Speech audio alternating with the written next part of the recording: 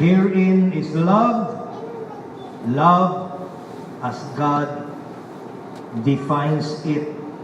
Brothers and sisters, ngayon po ang unang araw ng linggo, first Sunday.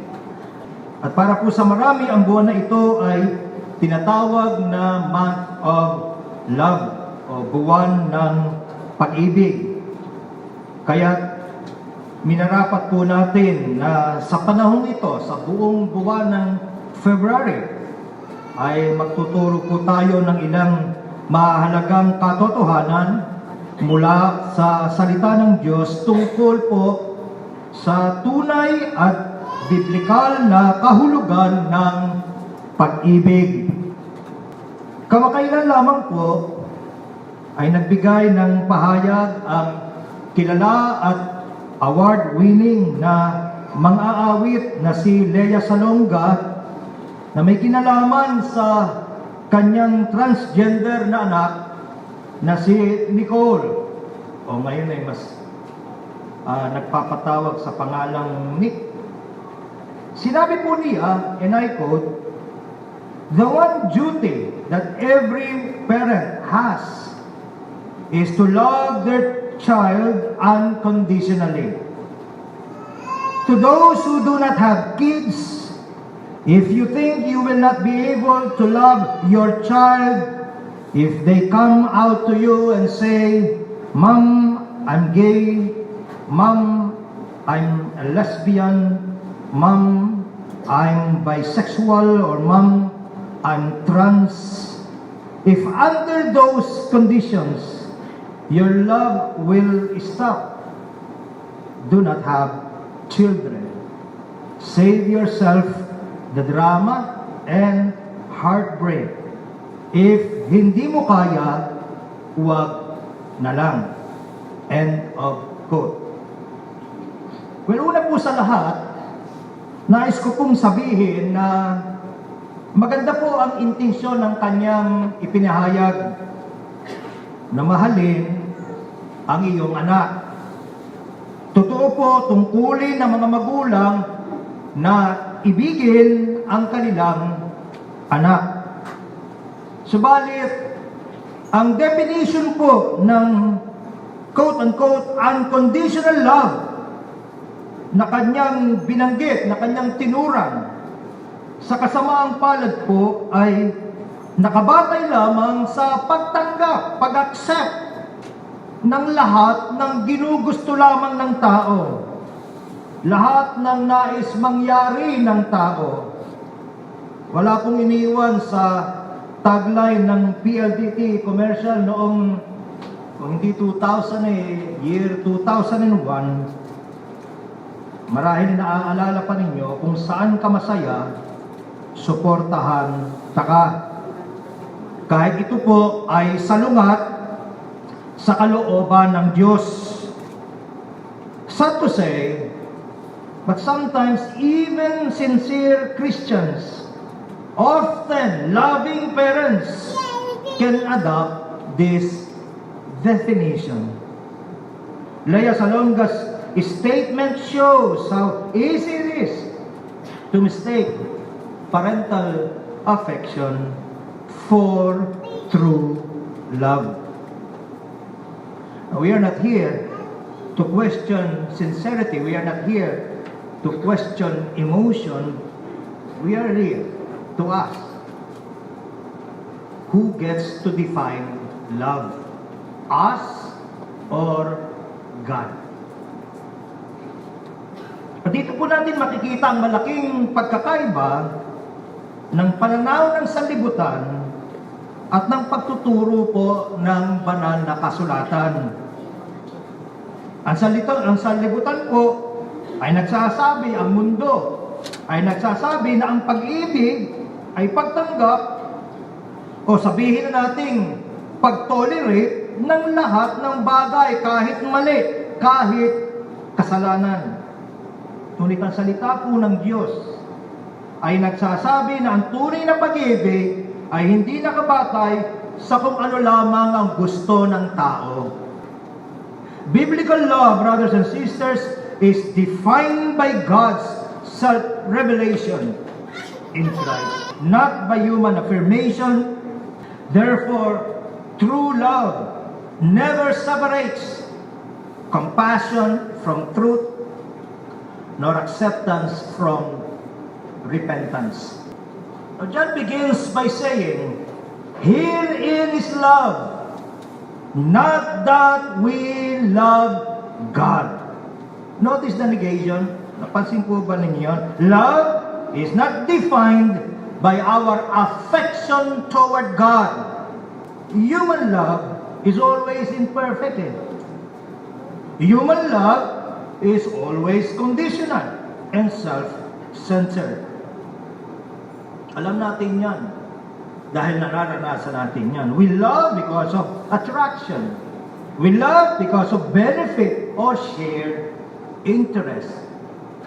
But God's love is sovereign.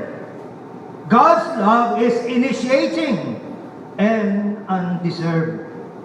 God's love flows from His eternal decree, not from anything in us. Romans 5, verse 8 declares, "But God commended His love toward us in that while we were yet sinners, Christ died for us." Noong mga panahong hindi pa tayo kaibig-ibig, noong mga panahong makasalanan pa tayo, yun yung panahong inibig tayo ng Diyos.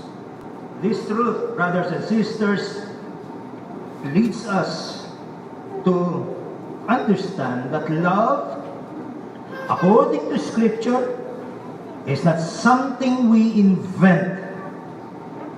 It is not something we redefine. It is something that God Himself reveals. Amen? But dapat pa maalinaw yun. True love is not subjective, nor is it determined by our feelings or relationships. After all, not every deeply felt desire reflects God's will. Pwede sabihin natin, totoo po yung nararamdaman ko. Hindi ibig sabihin tama na yun dahil totoo yung nararamdaman mo. Some desires, brothers and sisters, however sincere, are part of the fallen human condition. God had made man upright, but they have sought out many inventions. Ecclesiastes 7:29. Examples of this are adultery or even incest. O dagdagan mo pa, polyandry. One woman with multiple male partners. Polygamy. One man with multiple female partners. Lahat ng ito, pag tinanong mo, totoo yung nararamdaman nila. Nagmamahal sila. Handa nila i-give up ang lahat. Pero palagay ko po, sasang-ayon tayo na hindi lahat ng gayong damdamin ay tama. A person's feelings may be very real, but they can also be very, very wrong. True love, brothers and sisters, biblical love is shown by God, not reshaped by us, by man. And this love is most clearly seen in the cross. God's love, therefore, is cross-shaped, not affirmation-shaped. Mahal ko siya, kaya hindi ko siya masaway, hindi ko siya matanggihan, hindi ko masabing mali. Mahal ko siya! Hindi po. Ang pamantayan ng tunay na pag-ibig, tumingin ka sa krus. Yan ang pamantayan ng tunay na pag-ibig. The Son was sent not to affirm sinners in their sin, but to save them from it. Kung okay lang ang lahat, hindi niya kailangan magkatawang tao at hindi niya kailangan daanan ang lahat ng dinanan niya. Kung okay lang ang lahat, Sinira ang magandang disenyo ng kasalanan. At tanging ang makapangyarihang Diyos sa pamamagitan ng kabaganakang muli ang pwedeng magbalik ng kaayusan na yan. The cross, brothers and sisters, the cross itself assumes that we were wrong, that we needed rescue, and that change was necessary. So therefore, when we speak of love, we must always return to the cross, where compassion and truth meet, and where God's definition of love is made visible. Kung titignan po natin mabilisan ang ibig sabihin ng pag-ibig dito mismo sa ating text, ang salitang Grego po na ginamit dito ay agape. Iba ito sa eros or romantic kind of love. Iba rin po ito sa philia, yung pag-ibig sa pagitan ng magkakaibigan. Ang agape po ay pag-ibig na walang kondisyon, pag-ibig na handang magsakripisyo, at pag-ibig na raugat mismo sa karakter ng Diyos. Hindi labag, hindi lihis, hindi laban sa kung sino ang Diyos. So kung tunay ang pag-ibig, dapat ito, kung paano ang Diyos ay banal, dapat ang pag-ibig ay umiiral sa konteksto ng kabanalan, sa konteksto ng kabutihan, sa konteksto ng pagiging tapat sapagkat ang Diyos ay tapat, sa konteksto ng pagiging maganda ang loob sapagkat ang Diyos ay maganda ang loob. Ano man lihis dito, kung makasarili ang pag-ibig na yan, hindi na po yan ang pag-ibig na tinutukoy ng banal na kasulatan. Hindi ito nakadepende sa kung karapat-dapat ba itong agape kind of love, ay hindi nakadepende sa kung karapat-dapat ba ang tumatanggap ng pag-ibig na yon. Kundi dumadaloy ng malaya, dumadaloy ng sagana mula lamang sa kabutihan ng nagbibigay. Sino po? Ang Diyos. Kahit paulit-ulit po, mga kapatid, na sinasabi ni John na ang tunay na pag-ibig ay hindi nagsisimula sa atin, kundi sa Diyos.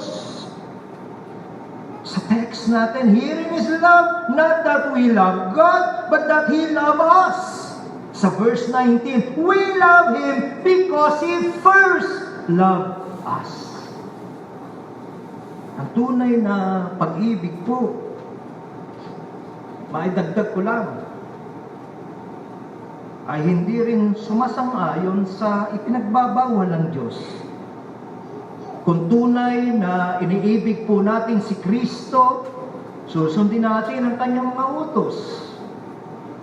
John 14:15, if you love me, keep my commandments.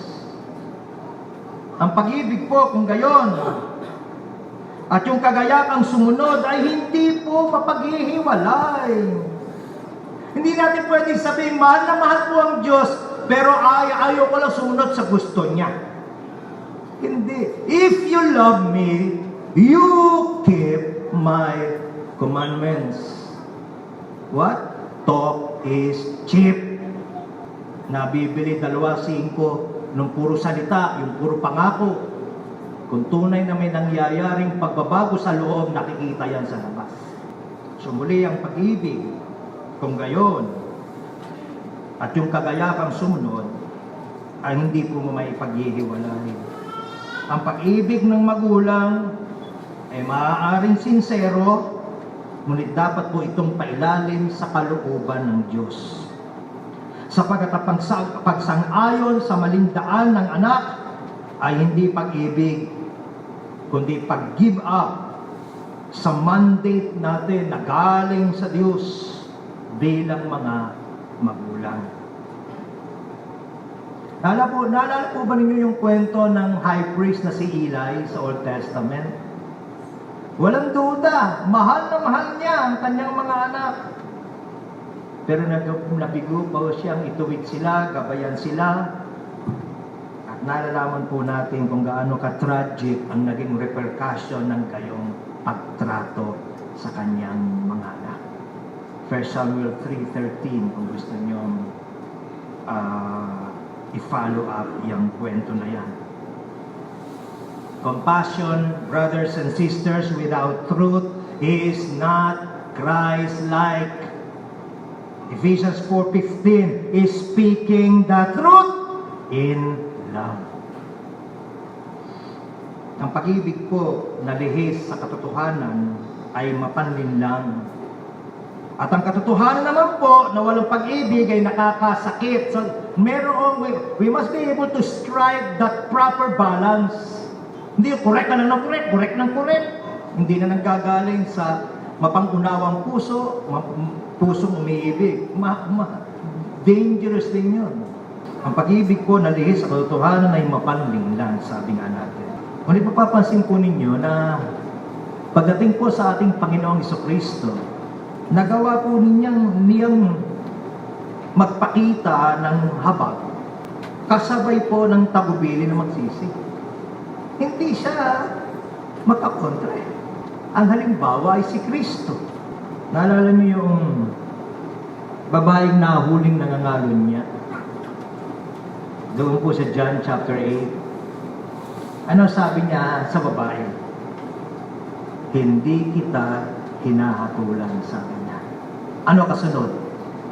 Humayo ka, huwag nang magkasala. Yan yung proper balance. Amen? Don't be too quick to judge. But at the same time, speak the truth. How? In love. Hindi kita hinahatulan. Pero paghayo mo, humayo ka na lumalakad na sa tuwid. Ang dalawa pong ito kung gayon ay hindi mutually exclusive. Brothers and sisters, love that refuses to name sin abandons the sinner. Muli, love that refuses to name sin as sin abandons the sinner. Abandons to what? Abandons to destruction. Abandons to self-destruction. Amen? Yun yan eh. Nag-aalala ako eh, baka magdamdam sa akin kaya hindi ko maituwid. Mahal na mahal ko siya eh. So ano ibig sabihin? Iiwanan mo siya kahayaan na magpatuloy siya sa alam mo namang ang dulo'y kapahamakan. Hindi ka talaga nagmamahal. Alam mo na ending. Nakukuha ninyo mga kapatid, nasusundan po ninyo. Gusto ko kayong turuan, gusto kong mag-aral tayo para alam natin kung ano tayo natin sa mga kaganapan sa ating paligid. Remember this, our identity is not something we create. Our identity is given by God. As 1 John 3:1 declares, behold, what manner of love the Father hath bestowed upon us, that we should be called the sons or children of God. Lumalabas po mga kapatid, ang pag-ibig ng Diyos ang starting point ng ating identity. God's love makes us His children through adoption. And to affirm a false identity is to reject the better one He offers. Mahal ko ang kondisyon ng anak ko, kaya, against the whole world, ito siya. Kung mananampalataya ka, alam mo, lalong mainam ang ating identity in Christ and with Christ. Ang Ebanghelyo po ay nagbibigay sa atin ng pagkakataong maging mga anak ng Diyos eh. Meron pa bang mas bubuti ron?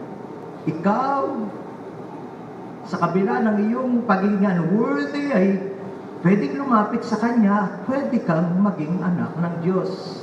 Hugustuhin Kanya. Bibigyan Kanya ng kagalakang hindi kayang ibigay ng kahit sino mang iba. Bakit hindi yun ang i-offer natin sa ating mahal sa buhay na marahil ay nasa panahon ng kanyang kalituhan? O, di ba nga ang termino minsan na ginagamit ko ay temporary insanity. Ginagawa po niya tayong bagong nilalang. Kaya ba ng Diyos? Siya na lumikha ng langit at lupa ay makapangyarihang bumago sa sino man sa atin. bakit hindi yun yung pag-asang ibigay natin?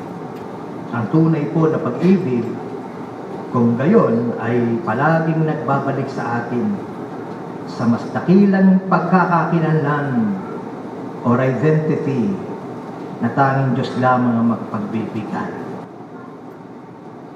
Sinasabi pa ng ni John, herein is love, going back to our text, herein is love, not that we love God, but that He loved us and sent His Son to be the propitiation for our sins. Na yung salita pong propitiation dito ay mula sa Greek word na hilasmos. Nang ibig sabihin po ay satisfaction o pagtupad o paglubag sa banal na galit ng Diyos. Yun po ang ibig sabihin ng hilasmos. Mahalaga po ito. Seryoso po ito. Bakit? Sapagkat lumalabas po na ang pag-ibig ng Diyos ay hindi basta tungkol sa damdamin lang. Ito po ay banal na uri ng pag-ibig. Banal na uri ng pag-ibig. At nakapaloob doon sa statement na yon, yung paano niya tinatrato ang kasalanan. For example, sa Psalm 5:4-5, for thou art not a God that hath pleasure in wickedness. Thou hatest all workers of iniquity. Hindi masyadong hina-highlight yan sa lipunan natin. God loves everybody. Hindi yata yun yung nabasa ko. Ang nabasa ko, for thou art not a God that hath pleasure in wickedness. Thou hatest all workers of iniquity. Kahit pa paano sinasalamin natin yan bilang mga magulang kung nasa katinuan tayo, no? Halimbawa, hindi ka matutuwa kung halimbawa yung anak mo may mga assignment pa, inubos ang oras panood ng telebisyon. Sasabihin mo, may mali dito. Anak, hindi tama yan. Magagalit ka, hindi ba? Yung galit mo, saan ang gagaling? Gusto mong parusahan yung anak mo, ang saya-saya, nanunood Hindi. Nanggagaling sa tunay na care na anak. Saan pupunta buhay mo kung ganyan ka? Mula ngayon hanggang paglaki mo. Alam natin no? Na basta iintindihan natin. Sabi nga we know better. Sabi nga ng Biblia, kung tayo ng mga makasalanang magulang alam natin kung ano makabubuti sa ating anak Ang Diyos pa kaya, ano gagawin ng magulang na nasa katinuan? Maaaring kunin yung remote, o kung cellphone niya, papatayin ng wifi, at saka magpapaload si nanay. Kasi mamamiss na yung mga TikTok niya yung mga sinusundan niyang TikTok Nasa isang sulok yung nanay, mag-assignment ka! So I hope nasusundan po ninyo yung ating pag-aaral. Ito pong banal na uri ng pag-ibig na ito ay naipapahayag, naipapamalas sa pamamagitan po ni Kristo na nagdala, sumalo ng parusa ng kasalanan upang tayo ay may pagkasundo. Sabihin natin ngayong hindi seryoso ang kasalanan. Sa Bible study kagabi, yung kriminal na kasama ni Kristo doon sa krus, naunawaan niya na yung katabi niya, si Kristo, walang dahilan para siya mapako sa krus. Sabi niya, ako, okay lang na nandito ako, kriminal ako Pero siya, hindi. Kaya nga ang tanong natin sa mga kaaral natin, bakit nga ba ako si Kristo sa krus? Wala pala siyang kasalanan. Alam na natin ang sagot. Isaiah 53. Ang dinala niya, yung ating kasalanan, yung ating kalikuan, yung ating pagkamakasarili, yung ating kalaswaan, yung karumihan ng ating isip, yung puso nating bulok, yung po ang dahilan, ang kapalit ng ating pagkamakasarili at lubang pagmamahal sa kasalanan ay ang krus. At ang lahat ng dinaanan niya doon, seryoso po ang usapin ng kasalanan. Dito po natin nakikita na ang pag-ibig ay may halaga pala. Kinailangan nito ang kamatayan ng anak ng Diyos. Ang pag-ibig pala ay sakripisyo eh. Hindi po ito pag-tolerate ng kasalanan, kundi pagtubos mula sa kasalanan. Because God is perfectly holy, He cannot overlook sin. Justice must be satisfied. That is why propitiation is necessary. In His love, God provided the answer by sending Christ, who alone could stand as our substitute and take the punishment we deserve. Through His sacrifice, God's wrath is satisfied and the barrier of sin is removed. The result is that now we have peace with God. Now we can live with the full assurance that His love for us is secure. Salamat sa Diyos. Dahil namatay siya doon sa krus, nagkaroon ng daan para ang mga maruming kagaya natin ay makalapit sa banal na Diyos. Ang pag-ibig po, mga kapatid, ng Diyos ay nakabatay sa hustisya at awa na nagtagpo doon sa krus. He cannot overlook sin. Pero sa halip na tayo parusahan niya, siya ang sumalo nung bigat ng parusa ng kasalanan. Psalm 85:10 says, "Mercy and truth are met, righteousness and peace have kissed each other." Yan po ang gospel mga kapatid. Yan po ang gospel. Ang biblical na pag-ibig, hindi ang Diyos na nagbabaliwala lamang sa kasalanan. Ang pag-ibig ay hindi po Diyos. O ang pag-ibig ay ang Diyos na hinaharap, kinokompronta ang kasalanan sa pamamagitan ng dugo ng ating Panginoon. May namatay para hindi tayo manatili sa kung ano ang ating makasalanang pamumuhay ngayon. Walang kapayapaan dyan. Ang dulo niyan ay emptiness, iiwanan kang empty, at iiwanan kang luhaan. I always say, matagal na akong pastor, wala pa akong nakita kahit isa na tao na namuhay ng labag sa salita ng Diyos na ultimately naging masaya. Oo, mga unang taon, 2 taon, 5 taon, minsan matagal eh. Pero ang dulo, akala ko, okay na lang. Ang tagal kong sinikap, ang tagal kong inalagaan, ang tagal kong pinantayan. Bakit naglaban at still yung buhay, wasak lahat.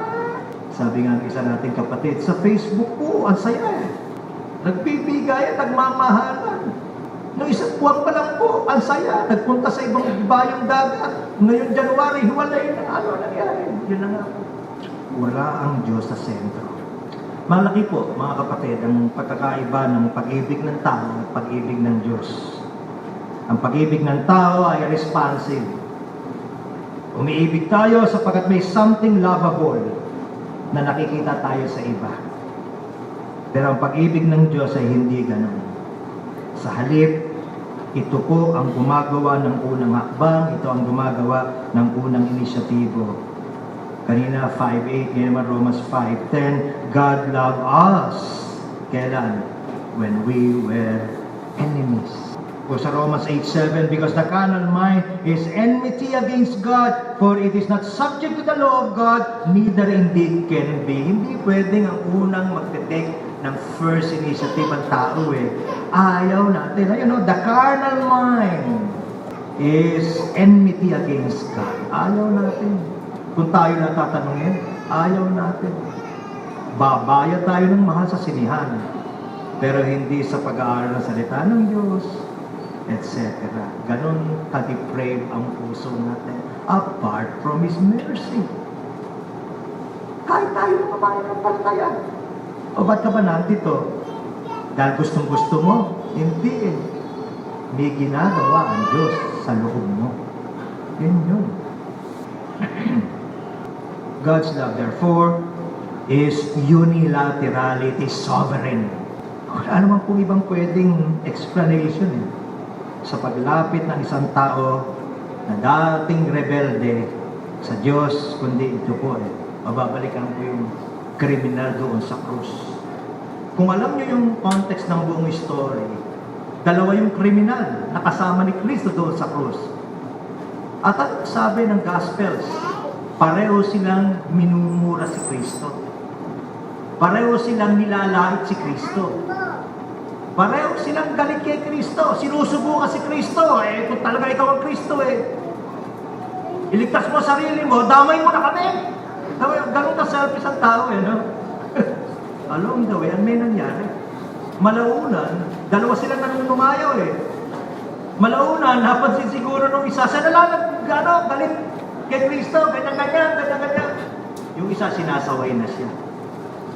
Sabi ko kanina, wala na ibang way para isang tao ay bigla magkaroon ng pagpapahalaga sa Diyos. Bigla gugustuhin niya, aayawan yung kasalanan, mahal na mahal niya. Ano lang ang way? Kagaya ng kriminal, may ginawa ang Diyos sa loob niya. 2 Corinthians 4:4, 2 Corinthians 4:6. Bulag ang ating isipan, nadidiliman, kaya hindi tayo sumasampalataya. Bakit biglang-bigla mula sa pagiging yamot mo sa mga bagay ng Diyos ay naakit ka sa Diyos? You know, what brought about the change? God commands the light to shine out of darkness. Biglang-bigla pag nagliwanag ang iyong mga mata, spiritual na mata, makikita mo how beautiful Christ is.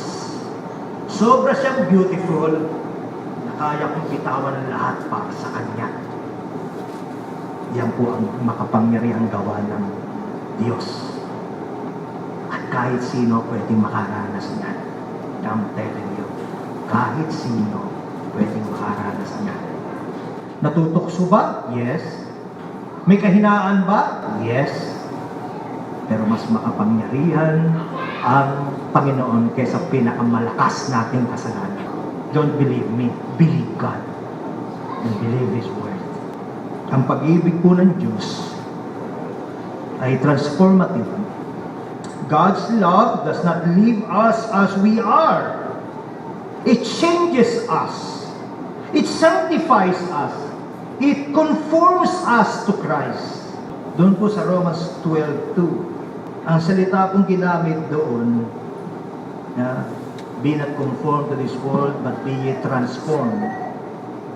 Ang salita pong ginamit doon ay galing sa Greek word na metamorpho. Ang ibig sabihin po ay to transform. At ito po, interestingly, ay nasa passive voice. Ibig sabihin, ang doer of the action, hindi ikaw. Sino ang doer of the action? Pag sinabi ng Biblia, be transformed, hindi ikaw ang magbabago sa sarili mo. Kursilyo tawag to. Passive voice. Ang gagawa ng pagbabago ang Diyos. Alam mo kung yun lang ang pag-asa, bakit? Matagal mo nang tinangkang baguhin ang sarili mo. Ang ending ito. O bagamat nasa passive voice, yung metamorpho.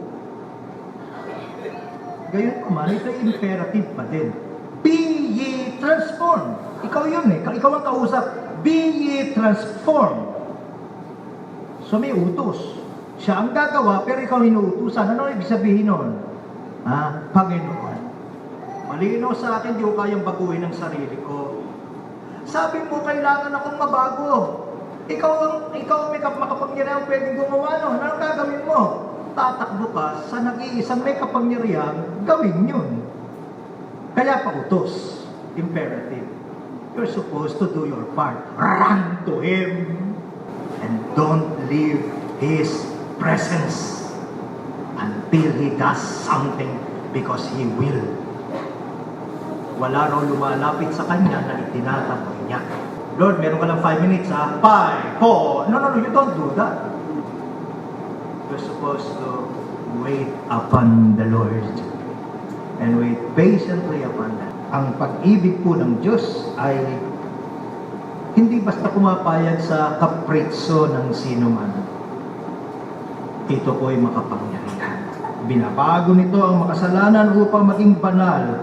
Ginagawang mga anak ng Diyos ang dating mga rebelde. Brothers and sisters, kailangan po nating isabuhay ang katotohanan ito.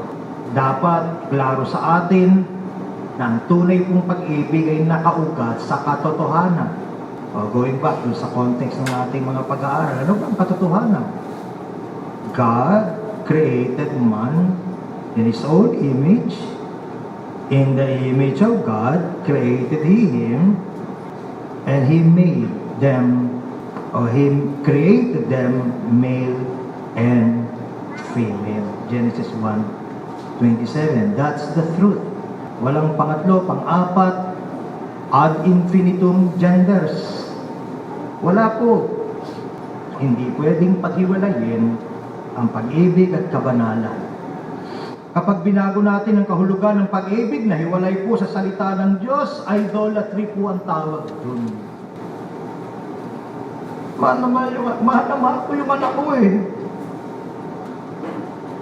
Tapos bigla aawayin mo yung iba, halimbawa, na nagsasabi ng katotohanan.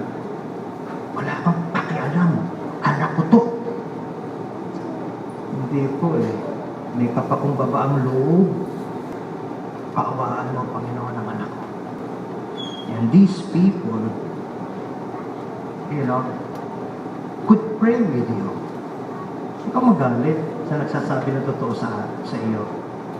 Kaya tungkulin po ng buong iglesia na labanan ng anumang cultural distortion, lalo na pagdating sa usapin ng pag-ibig. Lalo na kapag tinatanggihan, binabaliwala na nito ang kasalanan at minamaliit ang kahalagahan ng Diyos. Ito ay dapat malinaw po sa atin, lalo na sa usapin ng sexuality, sa usapin ng identity.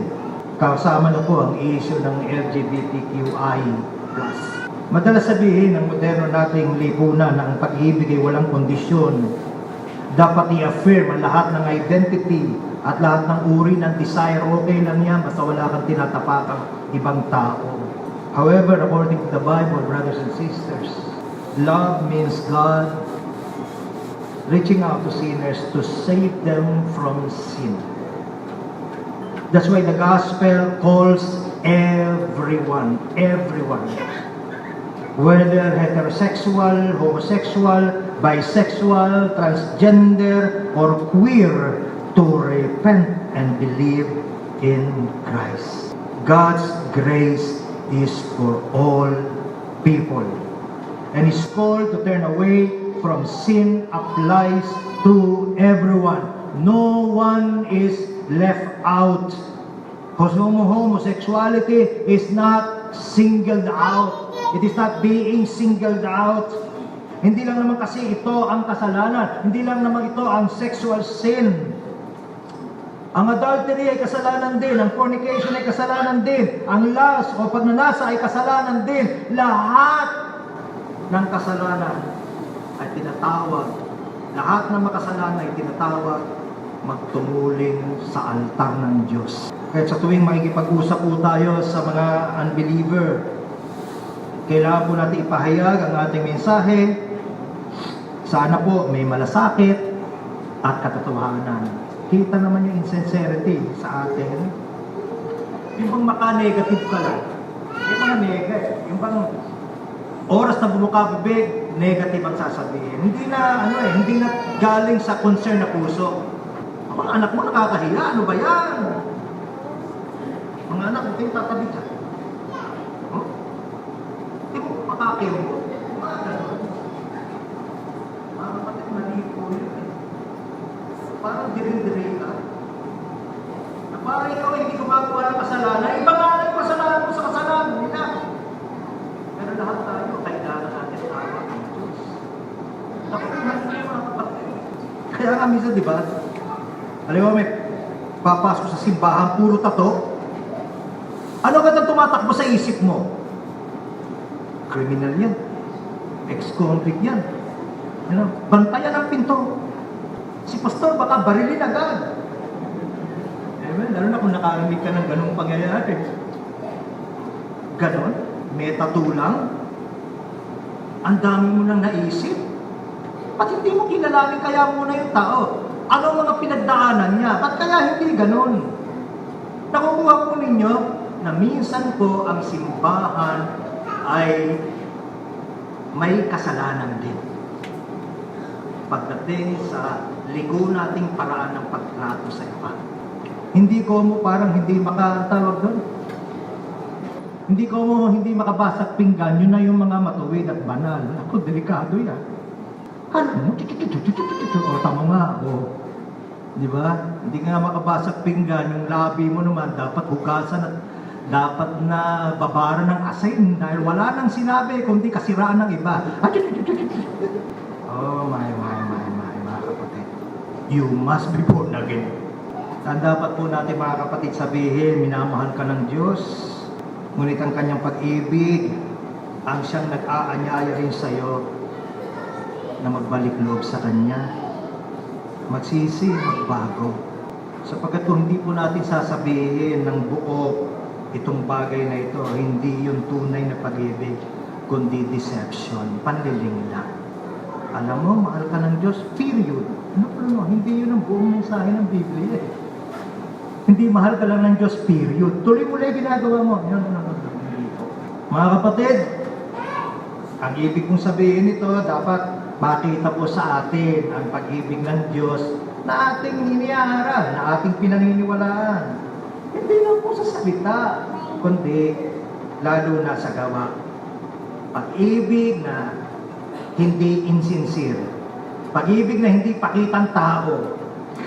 Dapat makita po sa tapat at kahandaan mong maglingkod sa Kanya. I want to serve you. I want to be a blessing to you.